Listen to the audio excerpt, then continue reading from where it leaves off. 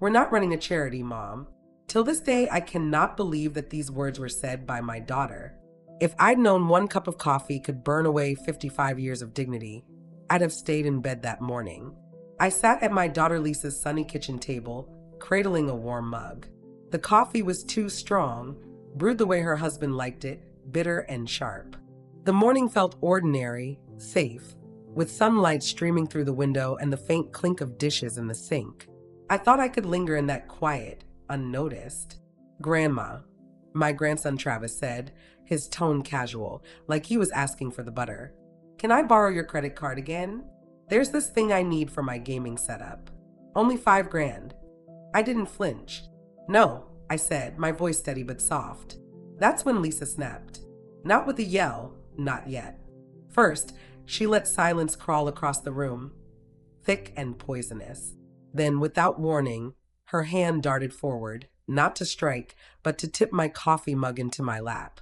The scalding liquid soaked my thin pajama pants, searing my thighs.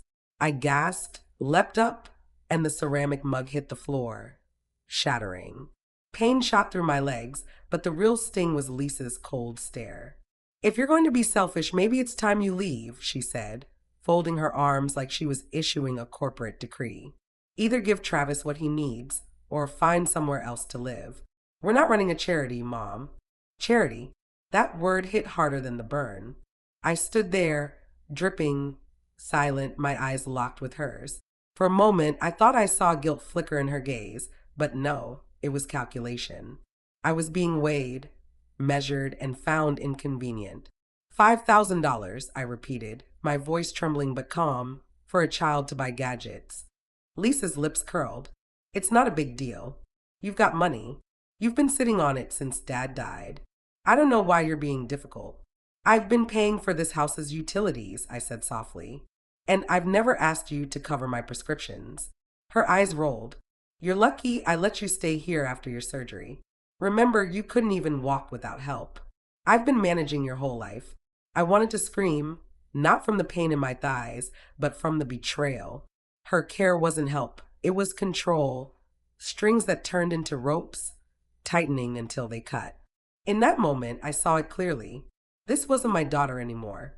She saw me as leverage, a resource, a stubborn old woman who'd outlived her usefulness. Behind her, Travis looked bored, still waiting for my card. My hands shook as I grabbed a paper towel to dab my legs. No one moved to help. My breath grew shallow, my heart thudding. Lisa crossed her arms, her smirk cruel. "Hand over the card, or be out by the end of the day." It wasn't a request, it was a threat. I looked at the spilled coffee pooling around the broken mug.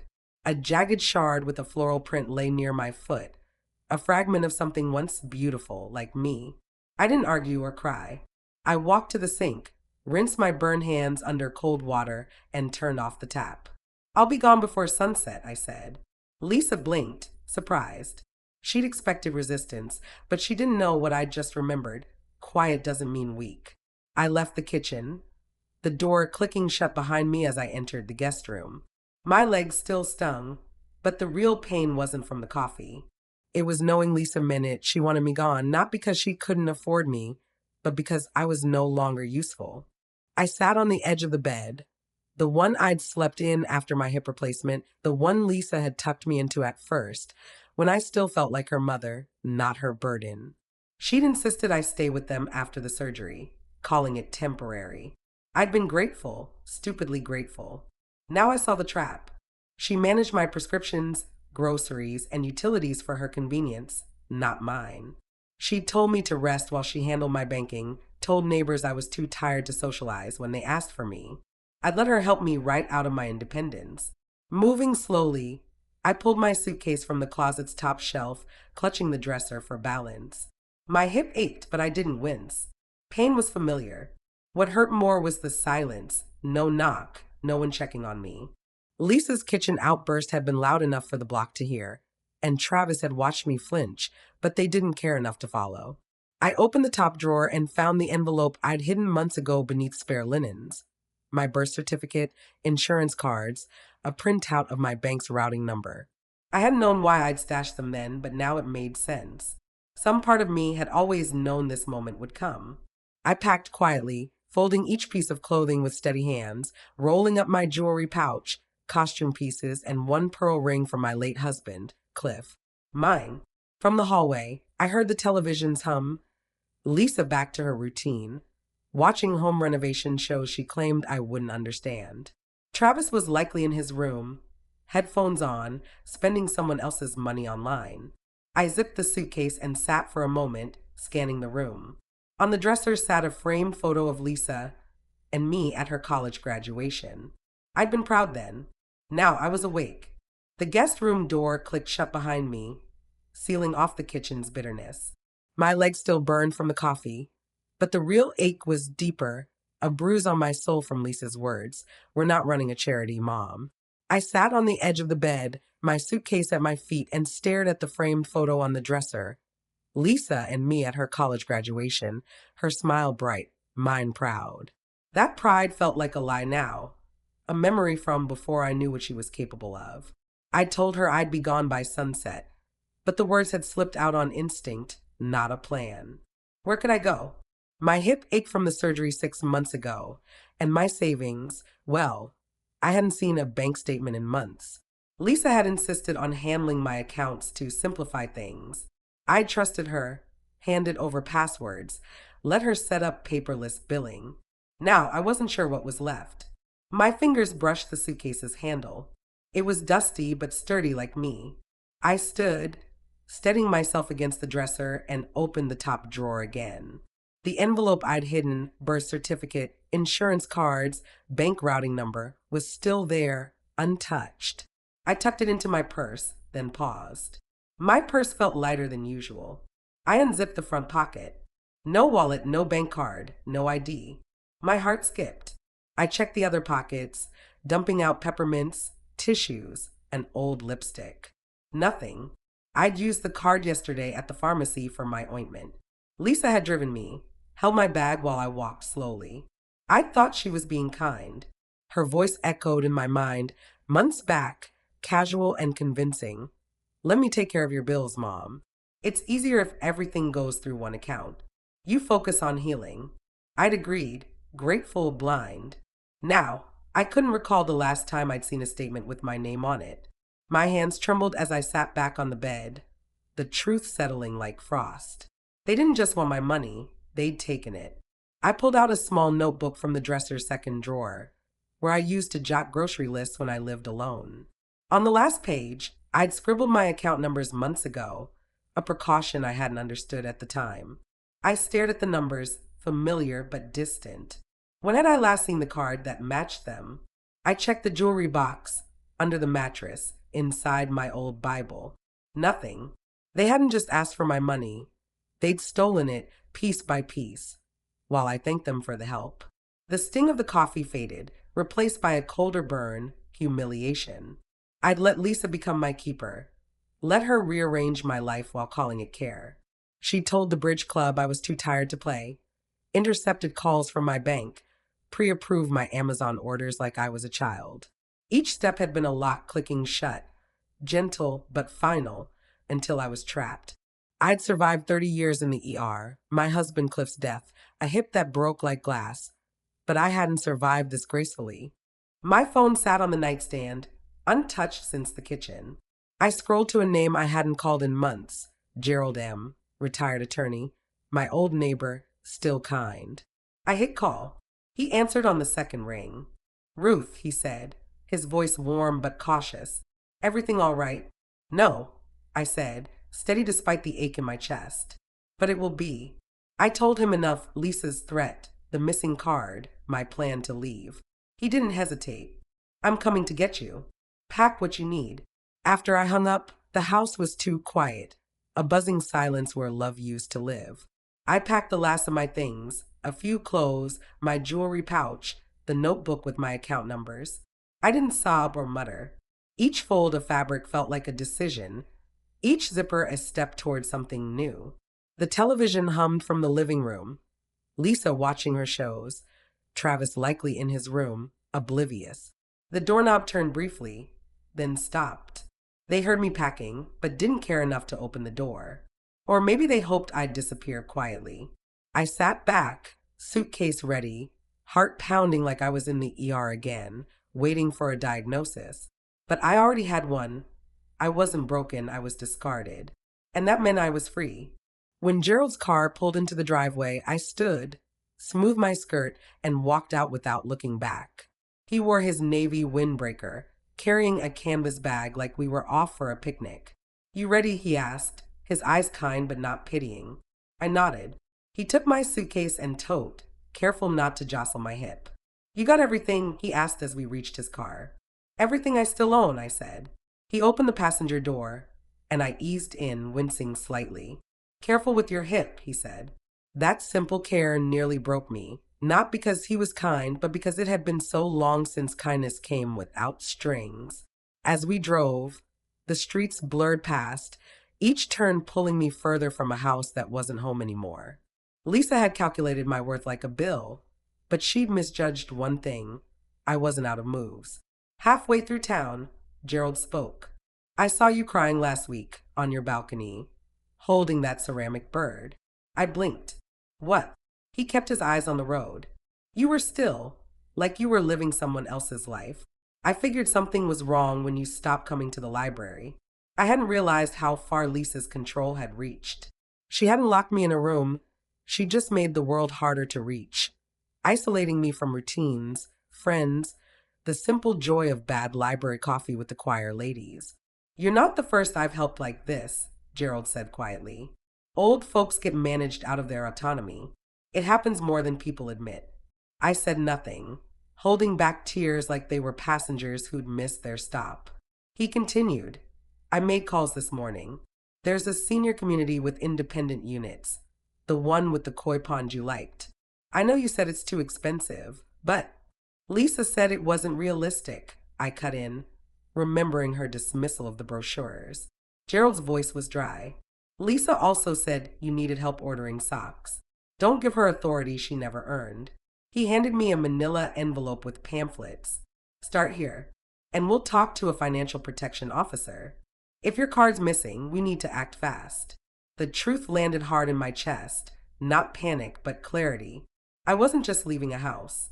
I was leaving a lie. Gerald's car pulled up to Golden Pines, just past 11. The sign was modest, clean lettering on weathered wood, no pretense of gold or pines.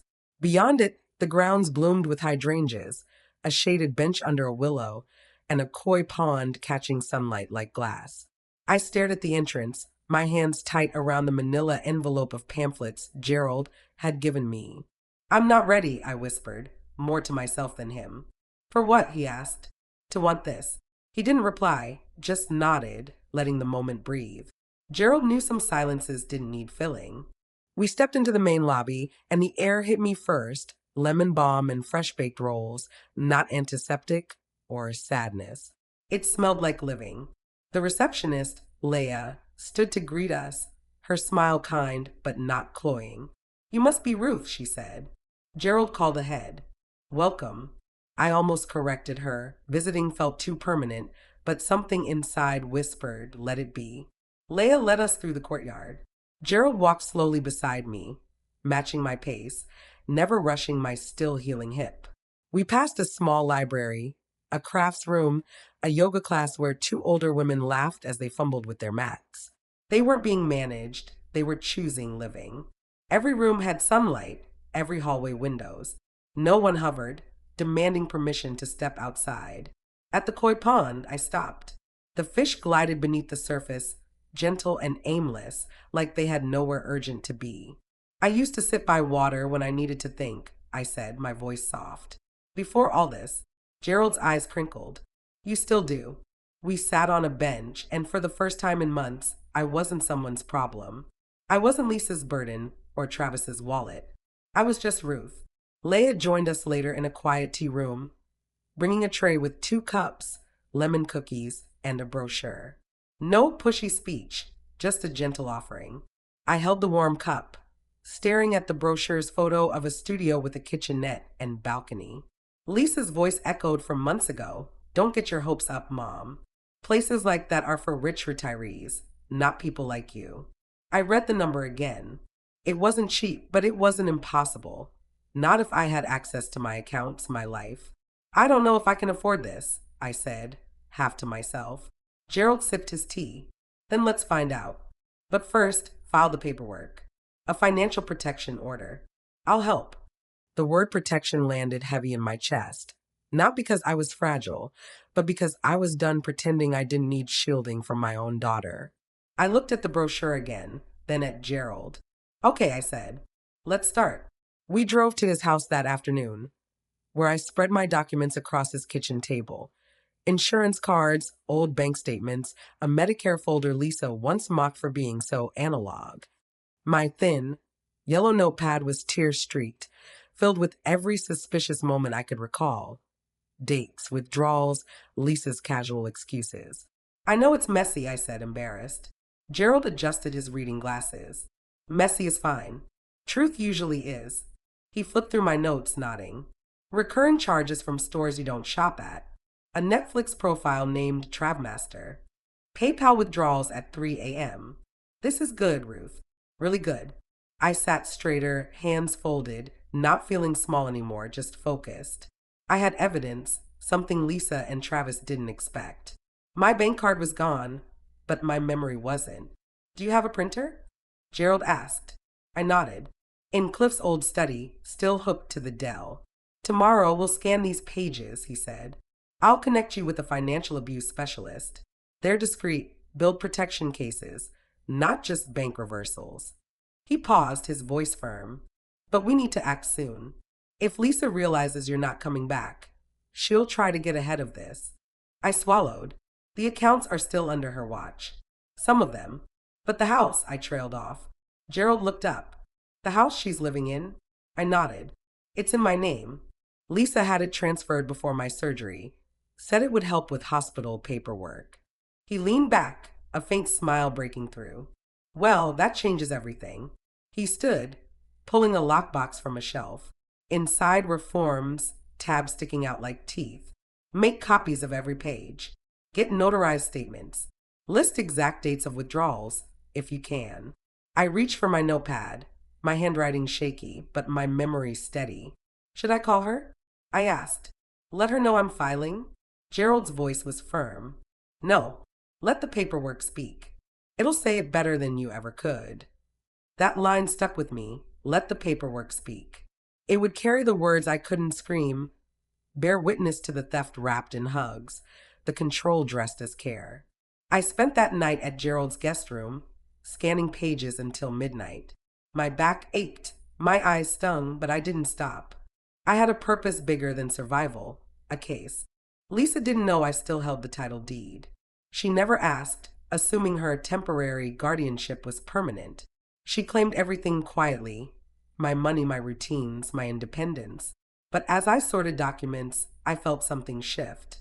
I wasn't just packing a suitcase anymore. I was packing away the lie that I needed her.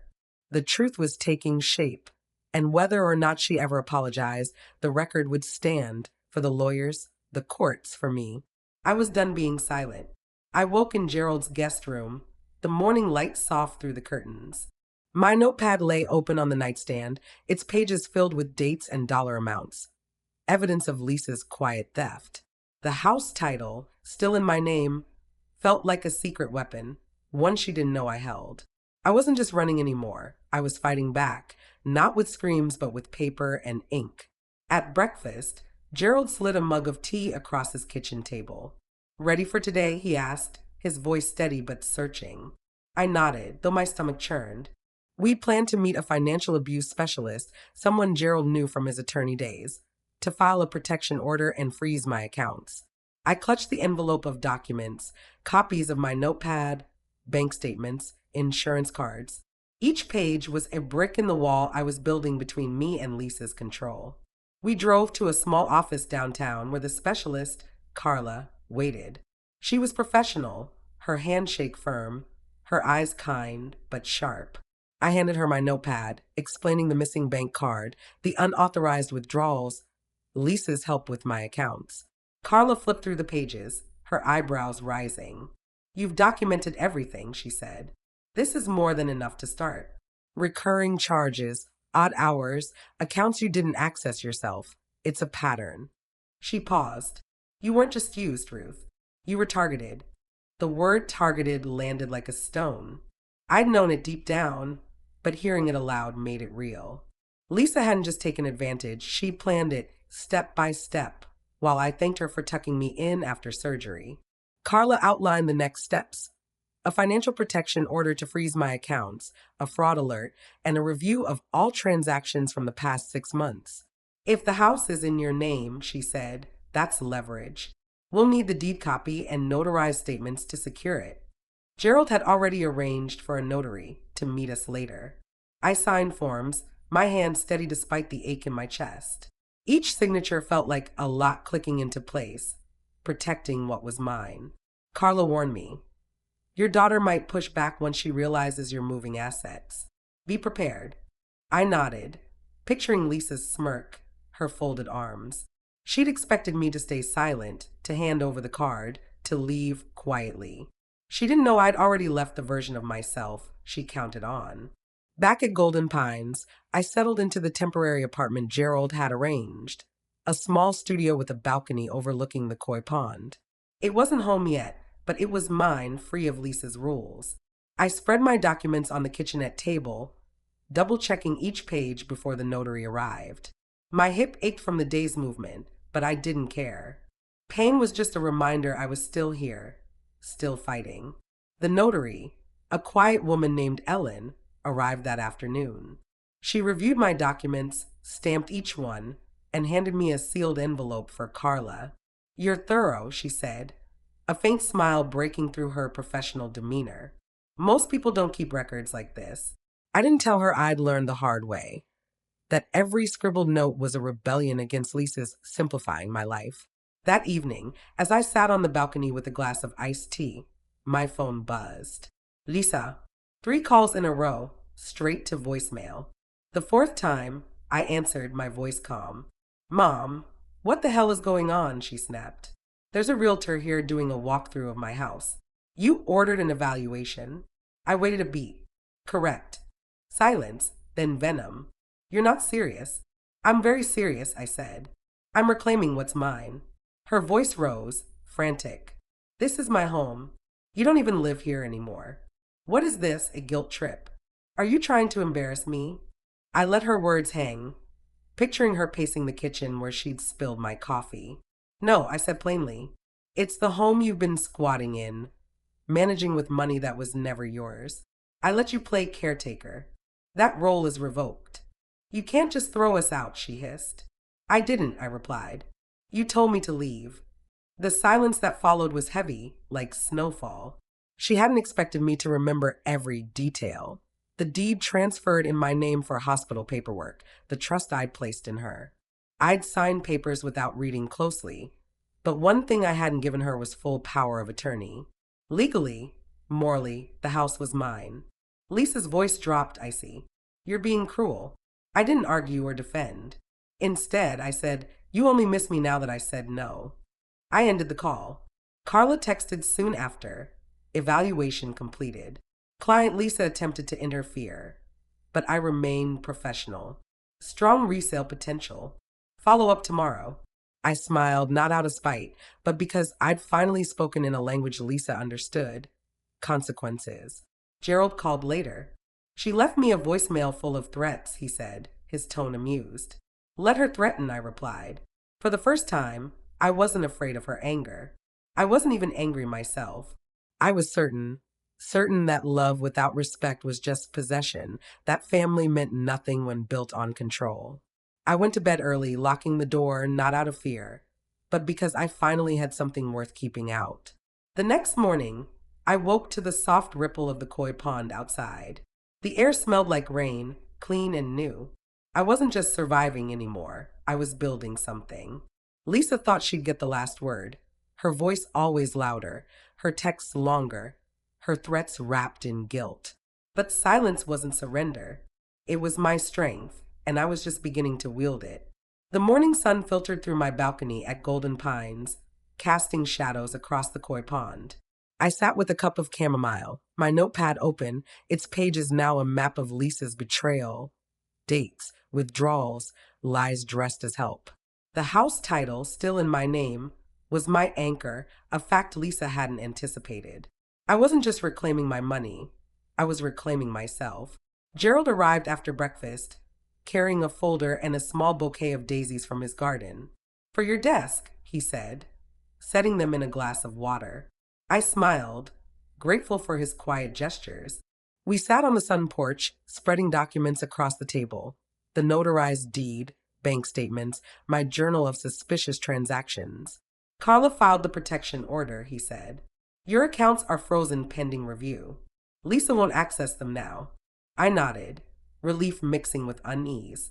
She'll fight back, I said. Gerald's eyes crinkled. Let her. She's fighting a wall now, not you. He opened the folder, revealing trust forms for the house. Sign these, and the property moves into an irrevocable trust. Lisa can't touch it, no matter what she tries. I traced the lines with my finger, imagining Cliff's teasing smile if he saw me now, tongue slightly out as I focused. This wasn't just a signature, it was a severing. I signed, each stroke deliberate. The house Lisa claimed, painted, furnished with my credit, it was never hers. The bones, the foundation, carried my name. Always had. Gerald tucked the forms away. We'll file today. Carla's also flagged 6 months of transactions for fraud. Your journal helped. Dates, amounts, even that Travmaster Netflix account. I almost laughed. Travis's laziness, leaving digital footprints, was my gain. That afternoon, I walked to the Golden Pines Library, a cozy room with sunlight spilling over bookshelves. I hadn't read in weeks, not since Lisa's house, where I'd felt more like inventory than a person. I pulled a book on elder financial abuse, one Gerald had mentioned. The pages burned hotter than my tea. Stories of trust eroded, accounts drained, families turned predators. I wasn't alone, but that didn't comfort me. It sharpened my resolve. My phone buzzed as I read. Lisa again. I let it ring, but the voicemail came through, her voice sharp. Mom, this is ridiculous. You're listening to Gerald instead of your daughter. Do you even understand what you're doing? You're throwing away family. Family.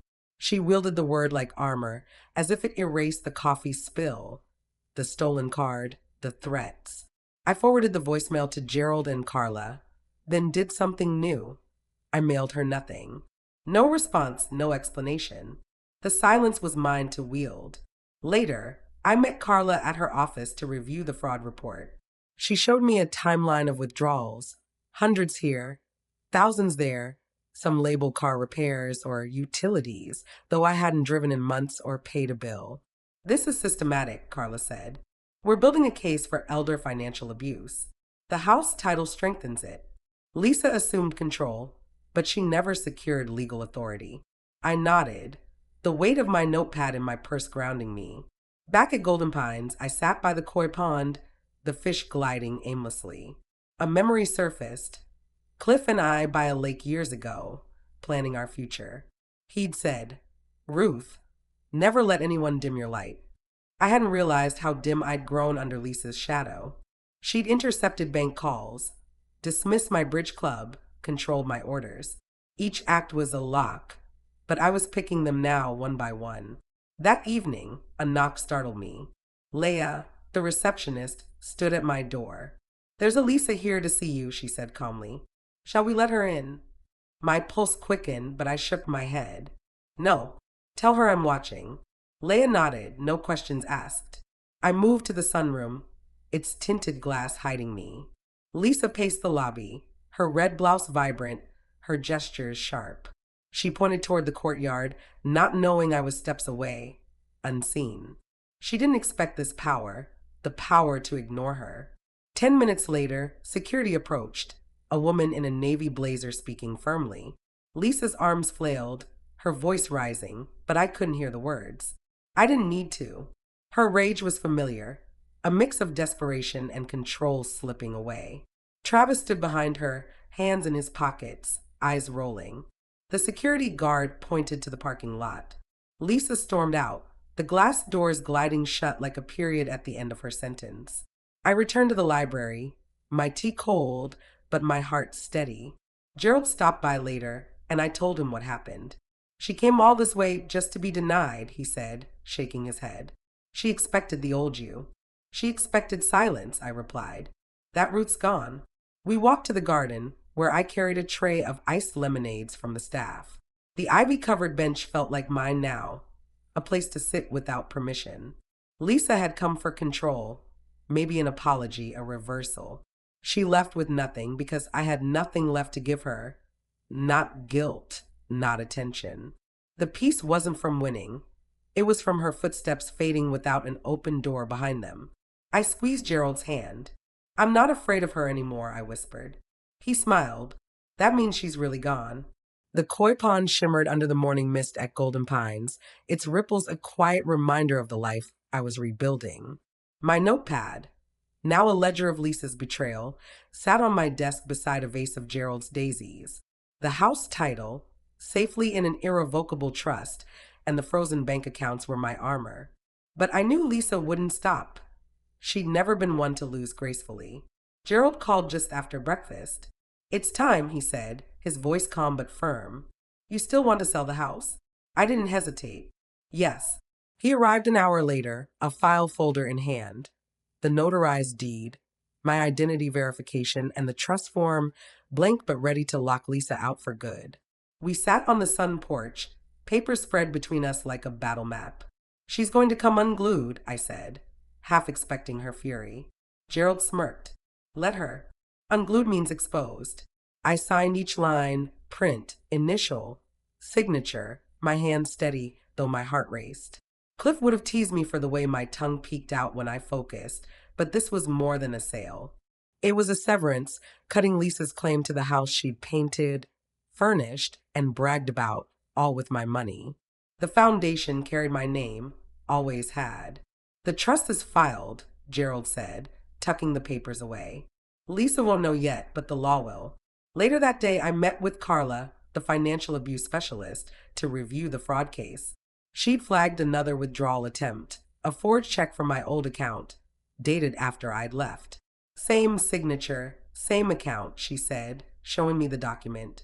But you didn't write it. I nodded, my chest tightening. Lisa wasn't subtle anymore. She was desperate.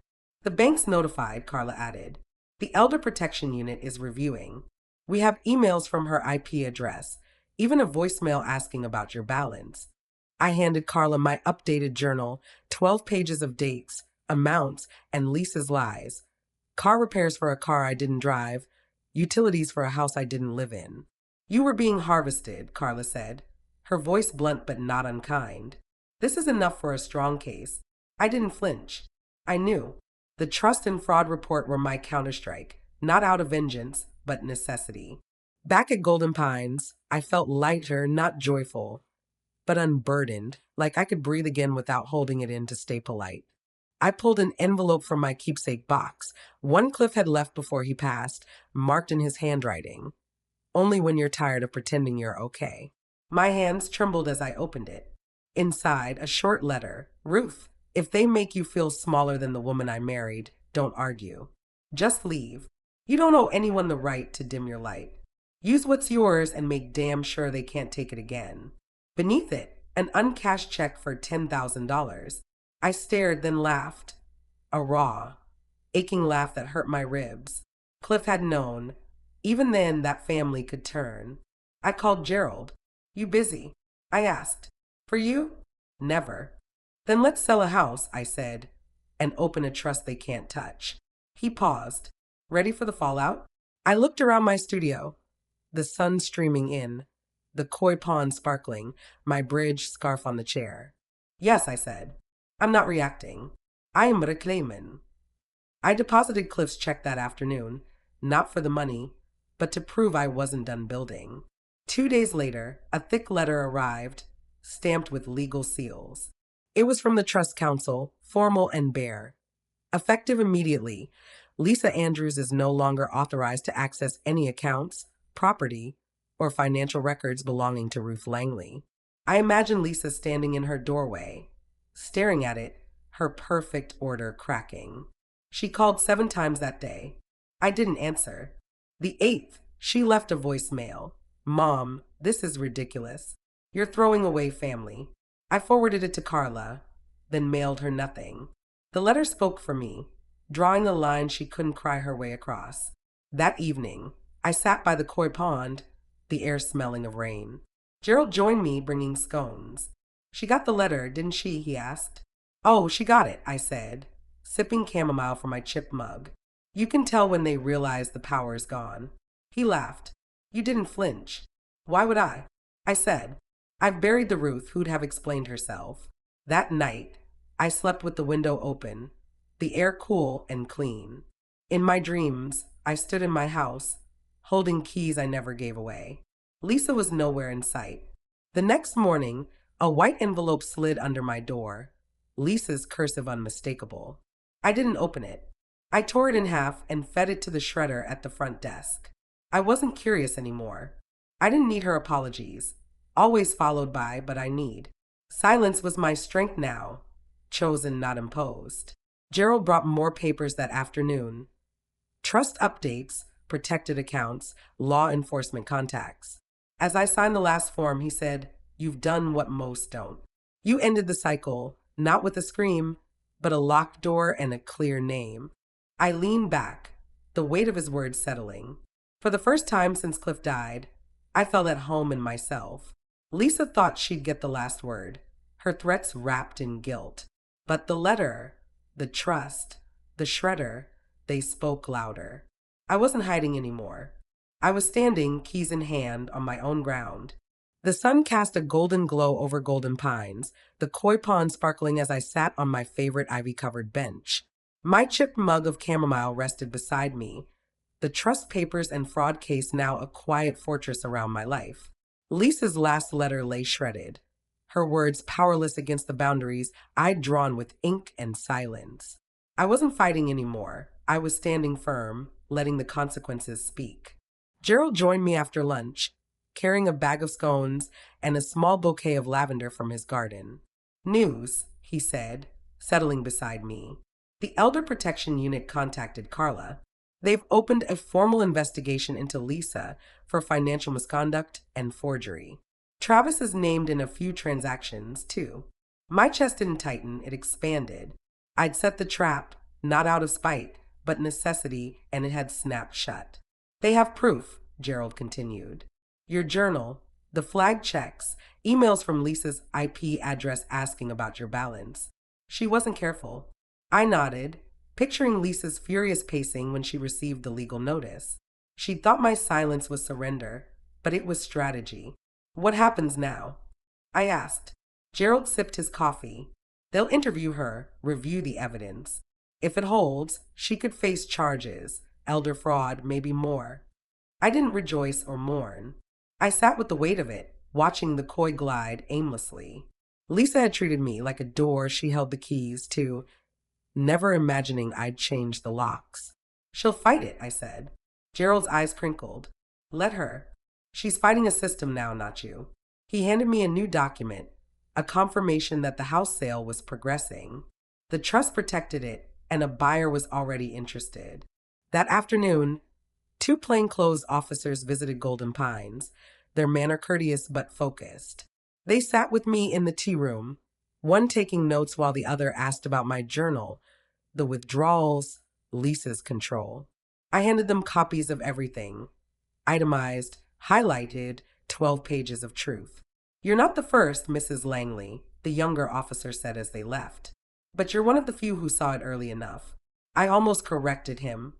It wasn't early, but it was enough. Back on my balcony, I opened Cliff's letter again, his words a quiet anchor. Don't owe anyone the right to dim your light. I deposited his $10,000 check, not for the money, but to honor his belief in me.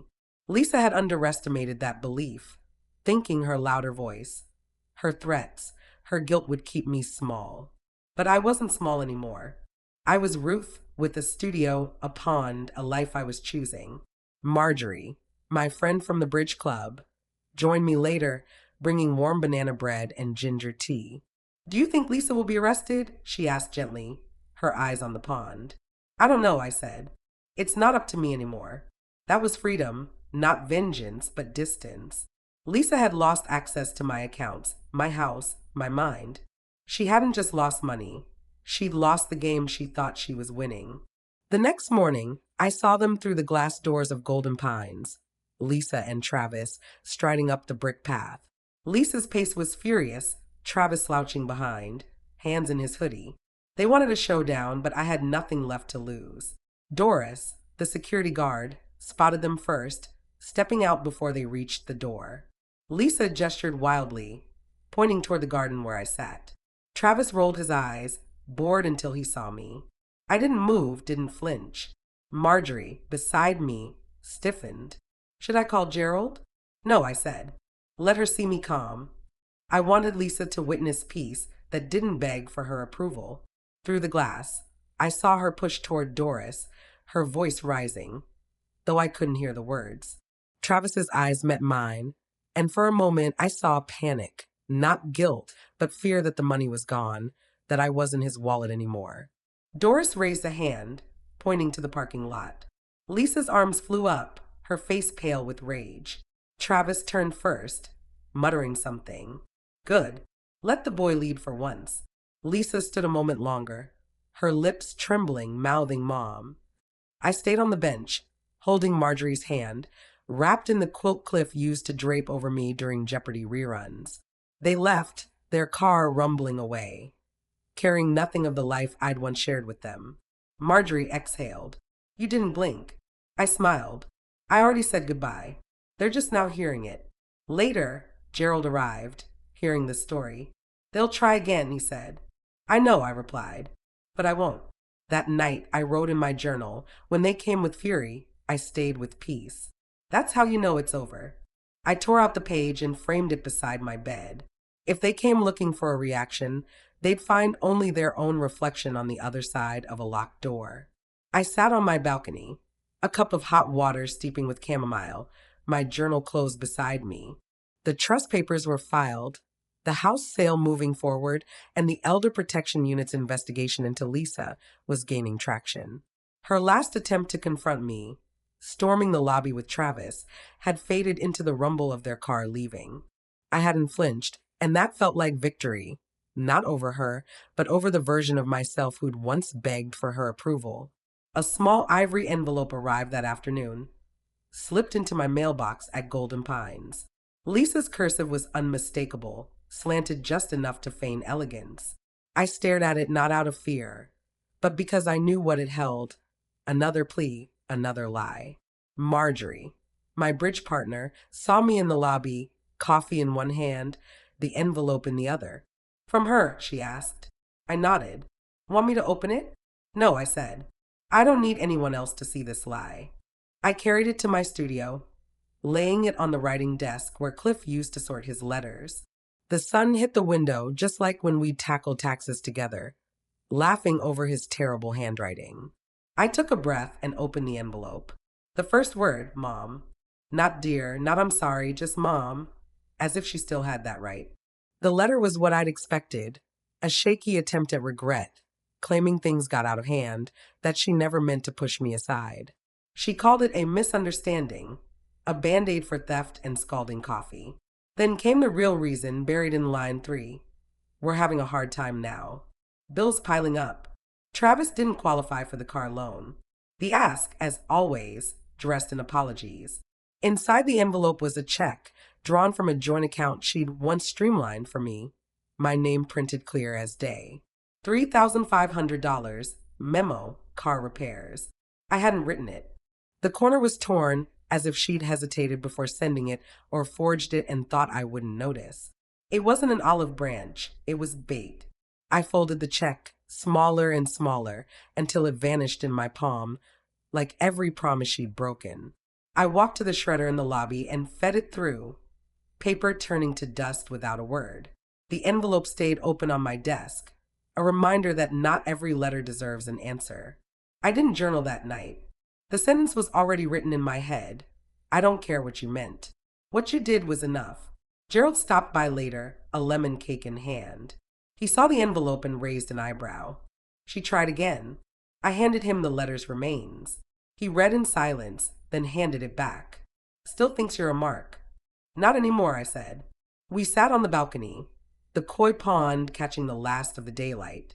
I felt lighter, not from joy, but from shedding the need to explain myself. Lisa had counted on my silence, my softness. She'd miscalculated.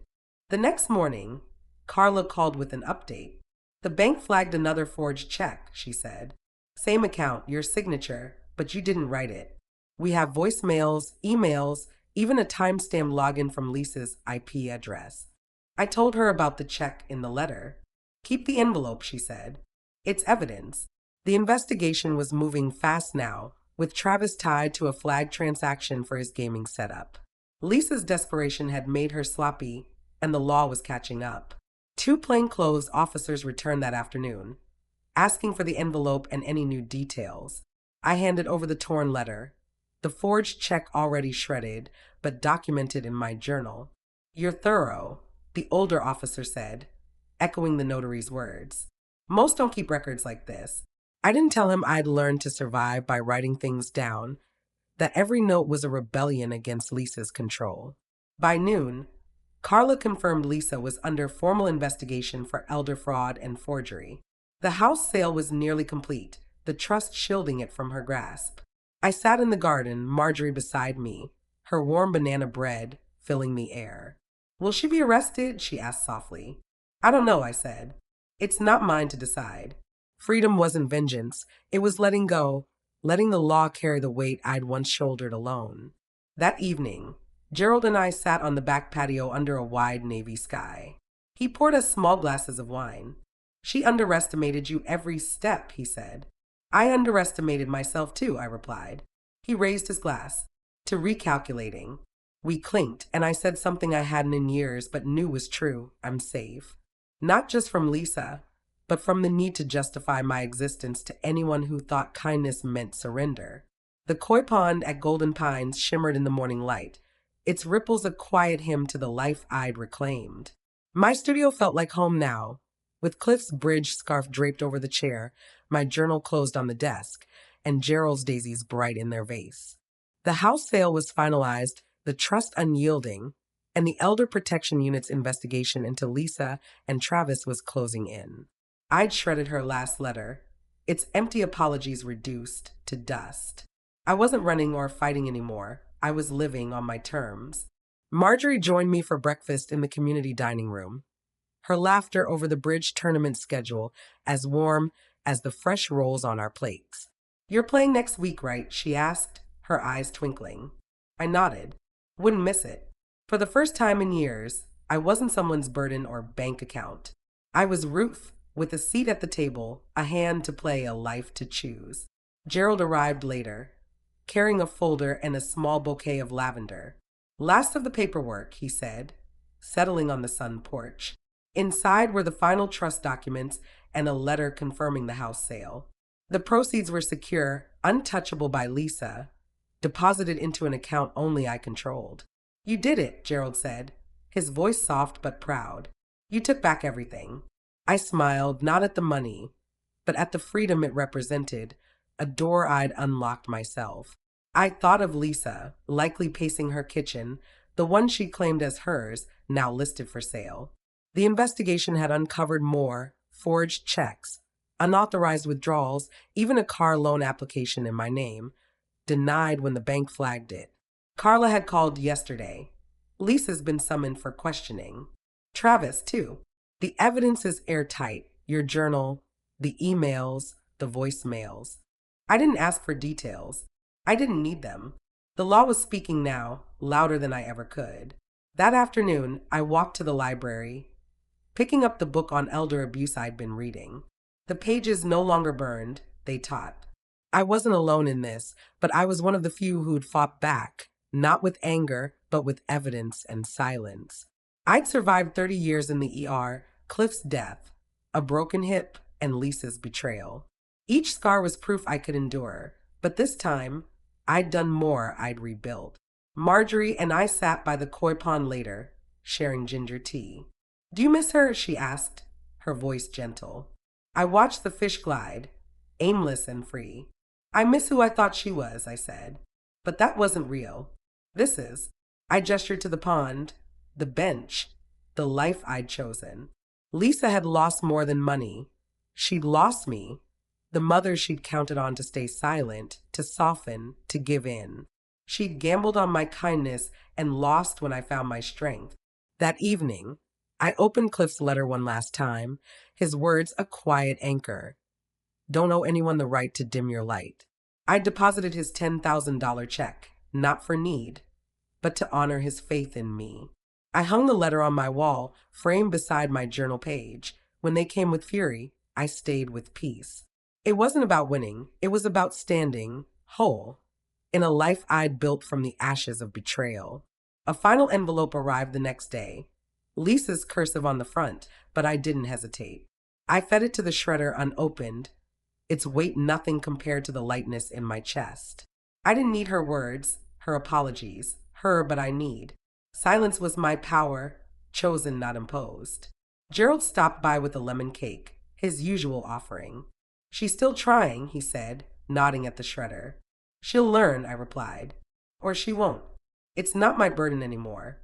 We sat on the patio under a navy sky, the air smelling of rain. Gerald poured us wine, raising his glass. To you, Ruth, for recalculating. I clinked his glass, smiling. To being safe.